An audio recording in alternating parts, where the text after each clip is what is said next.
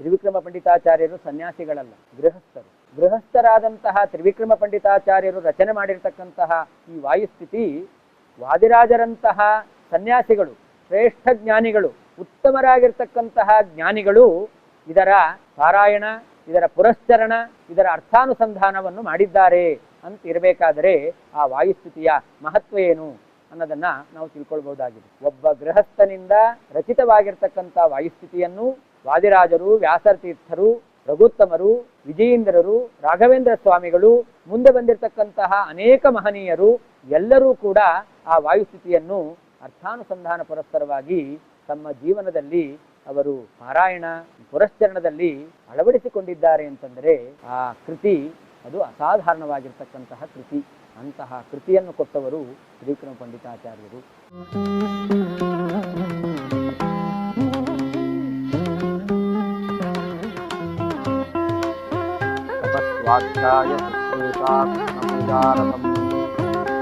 ವಿಶ್ವೇಶಮಿಷ್ಟದಂ ವಂದೇ ಪರಿವ್ರಾಟ್ ಚಕ್ರವರ್ತಿನಂ. ಸ್ವಸ್ತ್ಯಸ್ತು ಸಮಸ್ತ ಜಗತಾಂ ಅಶೇಷ ಸನ್ಮಂಗಲಾನಿ ಭವಂತು. ಕಾಂತಾಯ ಕಲ್ಯಾಣ ಗುಣೈಕಧಾಮ್ನೆ ನವದ್ಯುನಾಥ ಪ್ರತಿಮ ಪ್ರಭಾಯ ನಾರಾಯಣಾಯ ಅಖಿಲ ಕಾರಣಾಯ ಶ್ರೀಪ್ರಾಣನಾಥಾಯ ನಮಸ್ಕರೋಮಿ. ನಾರಾಯಣ ಪಂಡಿತಾಚಾರ್ಯರು ಅಧಿಕೃತರಾದ ಗ್ರಂಥ ಪ್ರತಿಪಾದ್ಯರಾದ ವೇದವ್ಯಾಸ ರೂಪಿ ಪರಮಾತ್ಮನಿಗೂ ಗೋಪಾಲಕೃಷ್ಣನಿಗೂ ನಮಸ್ಕಾರವನ್ನು ಮಾಡಿ ಅನಂತರದಲ್ಲಿ ಮಧ್ವಾಚಾರ್ಯರಿಗೆ ನಮಸ್ಕಾರವನ್ನು ಮಾಡ್ತಾ ಇದ್ದಾರೆ. ಈ ಗ್ರಂಥ ಪ್ರತಿಪಾದ್ಯರಾಗಿರ್ತಕ್ಕಂತಹ ಮಧ್ವಾಚಾರ್ಯರ ವೈಶಿಷ್ಟ್ಯ ಏನು ಅನ್ನೋದನ್ನು ನಾರಾಯಣ ಪಂಡಿತಾಚಾರ್ಯರು ಮುಂದಿನ ಶ್ಲೋಕದಲ್ಲಿ ನಿರೂಪಣೆ ಮಾಡ್ತಾ ಇದ್ದಾರೆ. ಅಪಿತ್ರಿಲೋಕ್ಯ ಬಹಿರುಲ್ಲಸಂತಿ ಸಮೋಹರಂತಿ ಮುಹುರಾಂತರಂಚ ದಿಶ್ಯಾದೃಶಂ ನೋ ವಿಶದಾಂ ಜಯಂತಿ ಮಧ್ವಸ್ಯ ಕೀರ್ತಿರ್ದಿನನಾಥ ದೀಪ್ತಿಂ. ಆಚಾರ್ಯರ ಕೀರ್ತಿ, ಆಚಾರ್ಯರು ಏನು ಅವತಾರ ಮಾಡಿ ಈ ಲೋಕದಲ್ಲಿ ವಿಶಿಷ್ಟವಾಗಿರ್ತಕ್ಕಂತಹ ವ್ಯಾಪಾರವನ್ನು ಮಾಡಿ ತಮ್ಮ ಸಾಮರ್ಥ್ಯ ಏನು ಎಂಬುದನ್ನು ತೋರಿ ಅವರು ಕೀರ್ತಿಯನ್ನು ಹೊಂದಿದ್ದಾರೆ. ಈ ಕೀರ್ತಿ ಎಂಬತಕ್ಕಂಥದ್ದು ಎಷ್ಟು ಮಹತ್ವಪೂರ್ಣವಾದದ್ದು ಅನ್ನೋದನ್ನು ನಾರಾಯಣ ಪಂಡಿತಾಚಾರ್ಯರು ಇಲ್ಲಿ ವರ್ಣನೆ ಮಾಡ್ತಾ ಇದ್ದಾರೆ. ಲೋಕದಲ್ಲಿ ಕತ್ತಲೆ ಕವಿದಿದೆ ಅಂತಾದರೆ ಏನೂ ಕಾಣೋದಿಲ್ಲ. ಕವಿದ ಕತ್ತಲೆ ದೂರ ಆಗಬೇಕು ಅಂತಾದರೆ ಸೂರ್ಯನ ಬೆಳಕು ಎಂಬತಕ್ಕಂಥದ್ದು ಬೇಕು. ಚಂದ್ರನ ಬೆಳಕಿನಿಂದ ದೂರವಾಗದೇ ಇರತಕ್ಕಂತಹ ಕತ್ತಲೆ ಸೂರ್ಯನ ಬೆಳಕಿನಿಂದ ಸಮಗ್ರವಾಗಿ ದೂರವಾಗುತ್ತಾ ಇದೆ, ಸಂಪೂರ್ಣವಾಗಿ ದೂರವಾಗುತ್ತಾ ಇದೆ. ಹಾಗಾದರೆ ಚಂದ್ರನ ಬೆಳಕಿನಲ್ಲಿ ಇರದೇ ಇರತಕ್ಕಂಥ ಒಂದು ವಿಶಿಷ್ಟವಾಗಿರ್ತಕ್ಕಂತಹ ಶಕ್ತಿ ಅದು ಸೂರ್ಯನ ಬೆಳಕಿನಲ್ಲಿದೆ ಅಂತ ಎಲ್ಲರ ಅನುಭವಕ್ಕೂ ಸಿದ್ಧವಾಗಿರ್ತಕ್ಕಂಥದ್ದು. ಆಚಾರ್ಯರ ಕೀರ್ತಿ, ಈ ಕೀರ್ತಿ ಎಂಬತಕ್ಕಂಥದ್ದು ಅದು ಬಿಳಿ ಎಂಬುದಾಗಿ ಕವಿ ಸಮಯ. ಕೀರ್ತಿ ಬೆಳ್ಳಗಿರುತ್ತೆ ಅಂತ, ಅದು ಶುಕ್ಲ ರೂಪವುಳ್ಳದ್ದು ಎಂಬುದಾಗಿ ಕವಿಗಳ ಅಭಿಪ್ರಾಯ. ಆದ್ದರಿಂದ ಸೂರ್ಯನ ಬೆಳಕು ಹೇಗೆ ಬಿಳಿಯಾಗಿರುತ್ತದೋ ಆ ಬಿಳಿಯಾದಂತಹ ಬೆಳಕು ಕತ್ತಲೆಯನ್ನು ದೂರ ಮಾಡುತ್ತೋ ಹಾಗೆ ಆಚಾರ್ಯರ ಕೀರ್ತಿಯೂ ಕೂಡ ಕತ್ತಲೆಯನ್ನು ದೂರ ಮಾಡ್ತಾ ಇದೆ. ಹಾಗಾದರೆ ಕತ್ತಲೆಯನ್ನು ದೂರ ಮಾಡುವಂತಹ ವಿಷಯದಲ್ಲಿ ಸೂರ್ಯನ ಬೆಳಕು ಮತ್ತು ಆಚಾರ್ಯರ ಕೀರ್ತಿ ಸಮಾನವೋ ಅಂತ ಪ್ರಶ್ನೆ ಬರಬಹುದು. ಆದರೆ ನಾರಾಯಣ ಪಂಡಿತಾಚಾರ್ಯರು ಆಚಾರ್ಯರ ಕೀರ್ತಿಯ ಮಹತ್ವ ಏನು ಅನ್ನೋದನ್ನು ಬಹಳ ಸುಂದರವಾಗಿ ವರ್ಣನೆ ಮಾಡ್ತಾರೆ. ಸೂರ್ಯನ ಬೆಳಕಿನಲ್ಲಿ ಕತ್ತಲೆಯನ್ನು ದೂರ ಮಾಡುವಂತಹ ಶಕ್ತಿ ಇದೆ. ಆದರೆ ಸೂರ್ಯನ ಬೆಳಕು ಕೇವಲ ಹೊರಗಡೆ ಇರುವಂತಹ ಕತ್ತಲೆಯನ್ನು ಮಾತ್ರ ದೂರ ಮಾಡುತ್ತೆ. ಅಂದರೆ ಈ ದೇಹಕ್ಕಿಂತ ಹೊರಗಡೆ ಇರತಕ್ಕಂತಹ ಕತ್ತಲೆ ಏನಿದೆ ಅದನ್ನು ಮಾತ್ರ ಸೂರ್ಯನ ಬೆಳಕು ದೂರ ಮಾಡುತ್ತೆ. ಈ ದೇಹದ ಒಳಗಡೆ ಇರತಕ್ಕಂತಹ ಕತ್ತಲೆ ಅದನ್ನು ದೂರ ಮಾಡುವಂತಹ ಶಕ್ತಿ ಸೂರ್ಯನ ಬೆಳಕಿಗೆ ಇಲ್ಲ.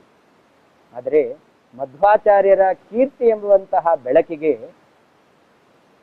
ನಮ್ಮ ಶರೀರದ ಒಳಗಡೆ ಇರತಕ್ಕಂತಹ ಕತ್ತಲೆಯನ್ನು ಪರಿಹಾರ ಮಾಡುವಂತಹ ಶಕ್ತಿ ಇದೆ. ಒಳಗಡೆ ಇರುವಂತಹ ಕತ್ತಲೆ ಅಂದರೆ ಯಾವುದು? ಹೊರಗಡೆ ಇರುವಂತಹ ಕತ್ತಲೆ ನಮಗೆಲ್ಲ ಗೊತ್ತೇ ಇದೆ. ಅಂಧಕಾರ ಅಂತ ಹೇಳ್ತೇವೆ, ತಮಸ್ಸು ಅಂತ ಹೇಳ್ತೇವೆ. ಇದು ಹೊರಗಡೆ ಇರುವಂತಹ ಕತ್ತಲೆ. ಆದರೆ ಒಳಗಡೆ ಇರುವಂತಹ ಕತ್ತಲೆ ಅಂತಂದ್ರೆ ಅಜ್ಞಾನ. ನಮಗೆ ಈ ಹೃದಯದ ಒಳಗಡೆ ಅಜ್ಞಾನ ತುಂಬಿಕೊಂಡಿದೆ. ಆ ತುಂಬಿರುವಂತಹ ಅಜ್ಞಾನವನ್ನು ನಾವು ಕಳ್ಕೊಳ್ಬೇಕು ಅಂತ ಅಪೇಕ್ಷೆ ಪಡ್ತೇವೆ. ಅದಕ್ಕೋಸ್ಕರ ನಾವು ಸಾಧನೆಯನ್ನು ಮಾಡ್ತಾ ಇದ್ದೇವೆ. ಹಾಗಾದರೆ ಒಳಗಿರುವ ಅಜ್ಞಾನ ಎಂಬುವಂತಹ ಕತ್ತಲೆಯನ್ನು ಕಳೆಯುವಂತಹ ಸಾಮರ್ಥ್ಯ ಯಾವುದಕ್ಕಿದೆ?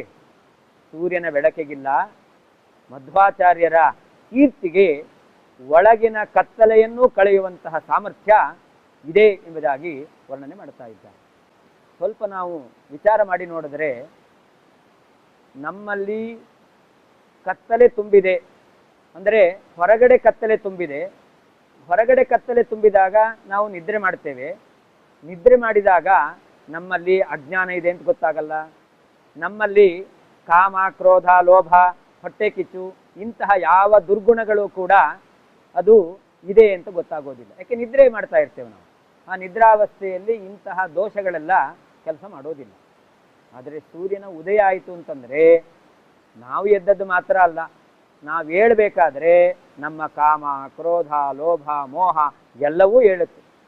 ಅಂದರೆ ನಾವು ಬೆಳಗ್ಗೆ ಎದ್ದ ಮೇಲೆ ನಮ್ಮ ಈ ವ್ಯಾಪಾರ, ದೈನಂದಿನ ವ್ಯಾಪಾರಗಳು ನಡೀತಾ ಇದೆ ಅಂತಂದರೆ ಅದರ ಜೊತೆಯಲ್ಲಿ ಈ ಕಾಮಕ್ರೋಧಾದಿಗಳು ಹೇಳ್ತವೆ. ಹಾಗಾದರೆ ಯಾವುದು ನಮ್ಮಿಂದ ದೂರ ಆಗಬೇಕೋ ಕಾಮಕ್ರೋಧಾದಿ ದುರ್ಗುಣಗಳು, ಅದು ಸೂರ್ಯನ ಬೆಳಕಿನಿಂದ ಅದು ಬೆಳೀತಾ ಇದೆ ಅಷ್ಟೇ ಹೊರತು ಸೂರ್ಯನ ಬೆಳಕಿನಿಂದ ದೂರ ಆಗಲಿಲ್ಲ. ಆದರೆ ಯಾವುದು ಜೀವನಲ್ಲಿ ಇರತಕ್ಕಂತಹ ದುರ್ಗುಣಗಳು ಎಂಬುದಾಗಿ ಅದನ್ನು ಬಿಡಲೇಬೇಕಾಗಿದೆಯೋ ಅಂತಹ ದುರ್ಗುಣಗಳನ್ನು ನಾವು ಬಿಡಬೇಕು ಅಂತಂದರೆ ಬೆಳಕು ಬೇಕು. ಯಾವ ಬೆಳಕು ಬೇಕು?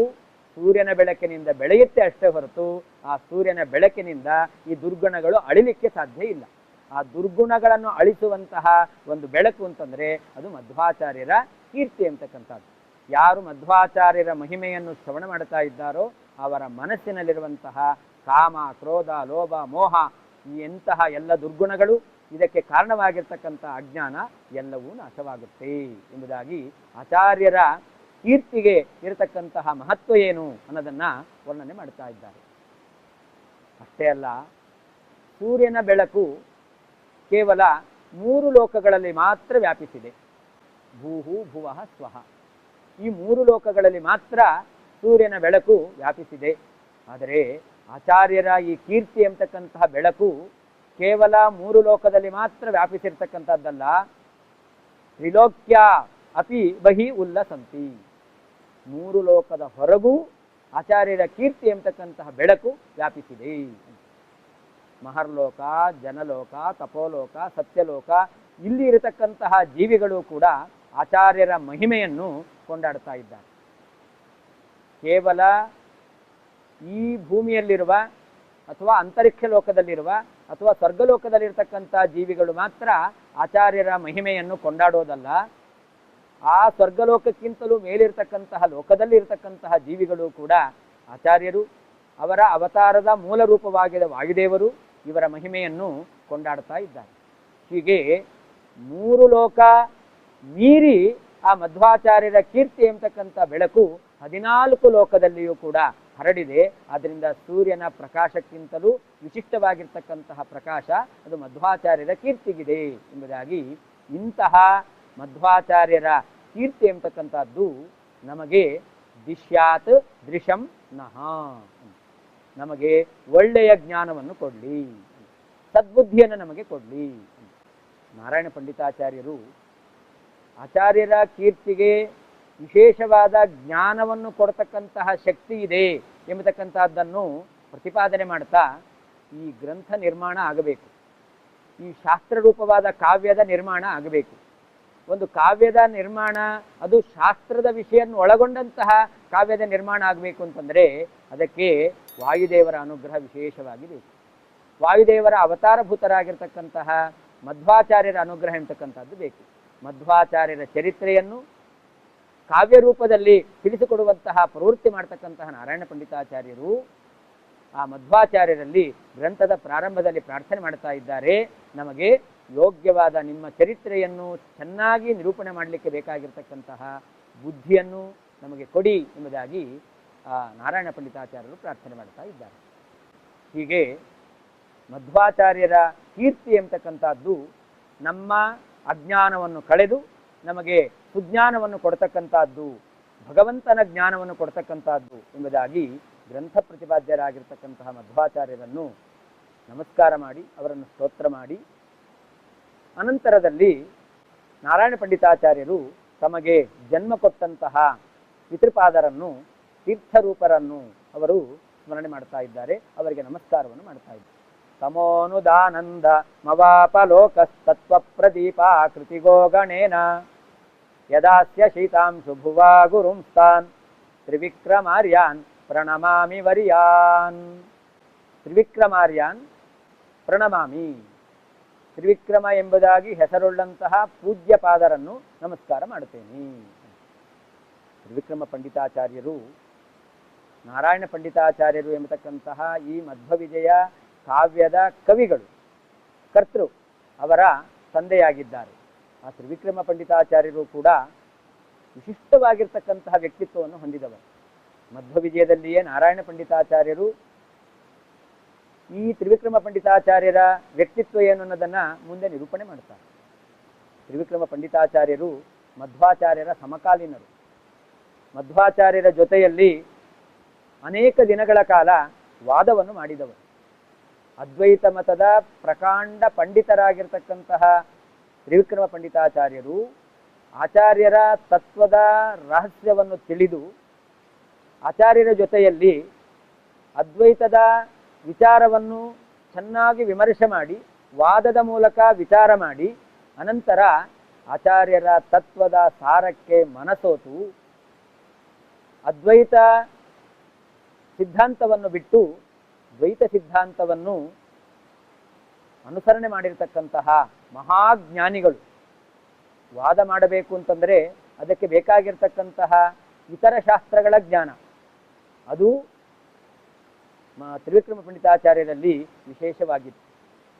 ಕೇವಲ ಜ್ಞಾನ ಮಾತ್ರ ಅಲ್ಲ, ವಾದ ಮಾಡಲಿಕ್ಕೆ ಬೇಕಾಗಿರ್ತಕ್ಕಂತಹ ವಾಕ್ಪಟುತ್ವವೂ ಇತ್ತು. ಹೀಗೆ ಇತರ ಶಾಸ್ತ್ರಗಳ ಜ್ಞಾನ, ಅದ್ವೈತ ಶಾಸ್ತ್ರದ ಜ್ಞಾನ, ವಾಕ್ಪಟುತ್ವ ಇವೆಲ್ಲವನ್ನೂ ಕೂಡ ಹೊಂದಿದ ಆ ತ್ರಿವಿಕ್ರಮ ಪಂಡಿತಾಚಾರ್ಯರು ಆಚಾರ್ಯರ ಜೊತೆಯಲ್ಲಿ ಅನೇಕ ದಿನಗಳ ಕಾಲ ವಾದವನ್ನು ಮಾಡಿ ಆಚಾರ್ಯರ ತತ್ವದ ರಹಸ್ಯವನ್ನು ಚೆನ್ನಾಗಿ ಮನದಟ್ಟು ಮಾಡಿಕೊಂಡು ಅದನ್ನು ತಮ್ಮ ಜೀವನದಲ್ಲಿ ಅಳವಡಿಸಿಕೊಂಡಂತಹ ಮಹಾತ್ಮರು ತ್ರಿವಿಕ್ರಮ ಪಂಡಿತಾಚಾರ್ಯರು.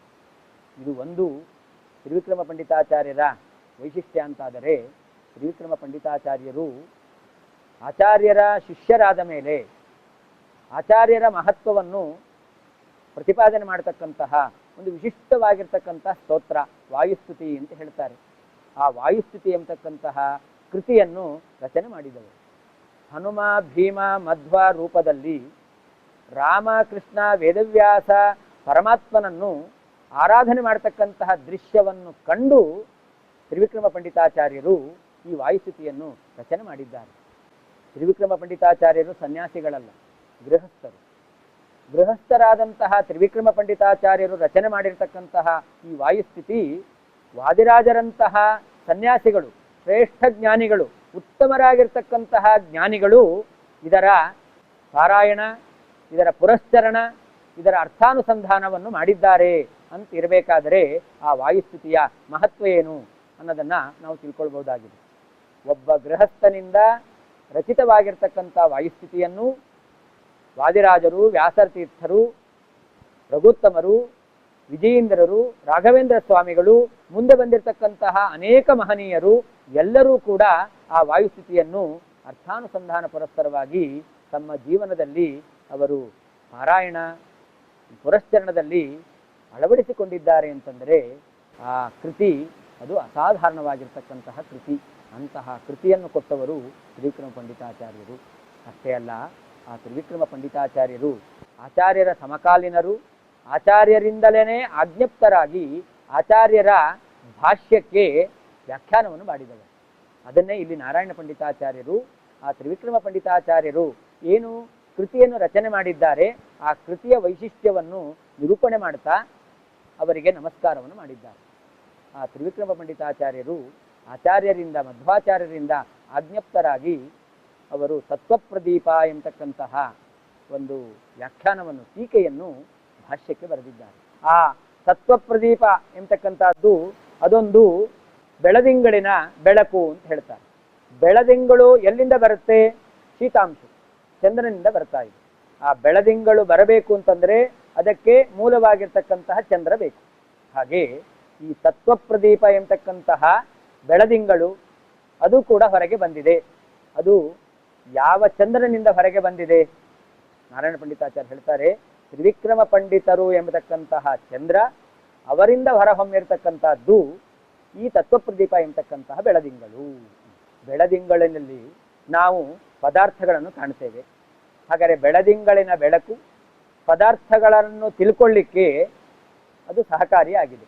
ಹಾಗೆ ತ್ರಿವಿಕ್ರಮ ಪಂಡಿತಾಚಾರ್ಯರು ಎಂಬತಕ್ಕಂತಹ ಚಂದ್ರನಿಂದ ಹೊರಹೊಮ್ಮಿರುವಂತಹ ತತ್ವಪ್ರದೀಪ ಎಂಬತಕ್ಕಂತಹ ಬೆಳದಿಂಗಳು, ಈ ಬೆಳದಿಂಗಳಿಂದಲೂ ಕೂಡ ನಾವು ಪದಾರ್ಥವನ್ನು ತಿಳ್ಕೊಳ್ಬಹುದು. ಯಾವ ಪದಾರ್ಥ? ಹೊರಗಿನ ಪದಾರ್ಥ ಅಲ್ಲ, ಸಕಲ ವೇದ ಶಾಸ್ತ್ರಗಳಿಂದ ಪ್ರತಿಪಾದ್ಯನಾಗಿರ್ತಕ್ಕಂತಹ ಯಾವ ಪರಮಾತ್ಮ ಇದ್ದಾನೆ ಅವನು ತತ್ವ. ಅಂತಹ ಪರಮಾತ್ಮನನ್ನು ವಿಶೇಷವಾಗಿ ತಿಳಿಸಿಕೊಡ್ತಕ್ಕಂಥದ್ದು ಈ ತತ್ವಪ್ರದೀಪ ಎಂಬತಕ್ಕಂತಹ ಬೆಳದಿಂಗಳು, ಬೆಳದಿಂಗಳಿನ ಬೆಳಕು. ಆ ತತ್ವಪ್ರದೀಪ ಎಂಬತಕ್ಕಂತಹ ಕೃತಿಯಿಂದ ಪರಮಾತ್ಮನ ವಿಶೇಷವಾಗಿರ್ತಕ್ಕಂತಹ ಸ್ವರೂಪವನ್ನು ನಾವು ತಿಳ್ಕೊಳ್ಳಿಕ್ಕೆ ಸಾಧ್ಯ ಇದೆ. ಅಂತಹ ತತ್ವಪ್ರದೀಪ ಎಂಬತಕ್ಕಂತಹ ಕೃತಿಯನ್ನು ರಚನೆ ಮಾಡಿರುವಂತಹ ತ್ರಿವಿಕ್ರಮ ಪಂಡಿತಾಚಾರ್ಯರಿಗೂ ಕೂಡ ನಾನು ನಮಸ್ಕಾರ ಮಾಡುತ್ತೇನೆ ಎಂಬುದಾಗಿ ತಮ್ಮ ಪಿತೃಪಾದರು ತ್ರಿವಿಕ್ರಮ ಪಂಡಿತಾಚಾರ್ಯರು ಅವರಿಗೆ ನಾರಾಯಣ ಪಂಡಿತಾಚಾರ್ಯರು ಈ ಗ್ರಂಥದ ಪ್ರಾರಂಭದಲ್ಲಿ ನಮಸ್ಕಾರ ಮಾಡಿದ್ದಾರೆ.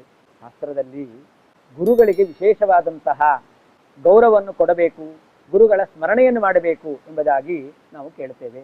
ತ್ರಿವಿಕ್ರಮ ಪಂಡಿತಾಚಾರ್ಯರು ನಾರಾಯಣ ಪಂಡಿತಾಚಾರ್ಯರಿಗೆ ವಿದ್ಯೆಯನ್ನು ಉಪದೇಶ ಮಾಡಿರ್ತಕ್ಕಂತಹ ಗುರುಗಳೂ ಆಗಿದ್ದಾರೆ. ದೇಹವನ್ನು ಕೊಟ್ಟ ತಂದೆ ಹೇಗೋ ಹಾಗೆಯೇ ಆ ದೇಹದಿಂದ ಜ್ಞಾನವನ್ನು ಪಡೆಯಬೇಕು, ಆ ಜ್ಞಾನವನ್ನು ಕೊಟ್ಟಂತಹ ಗುರುಗಳು ಆಗಿದ್ದಾರೆ. ಆದ್ದರಿಂದ ತಂದೆಯೂ ಆದ, ತತ್ವವನ್ನು ಉಪದೇಶ ಮಾಡುವ ಮೂಲಕ ಗುರುವೂ ಆದ ತ್ರಿವಿಕ್ರಮ ಪಂಡಿತಾಚಾರ್ಯರಿಗೆ ಇಲ್ಲಿ ನಮಸ್ಕಾರ ಮಾಡಿದ್ದಾರೆ.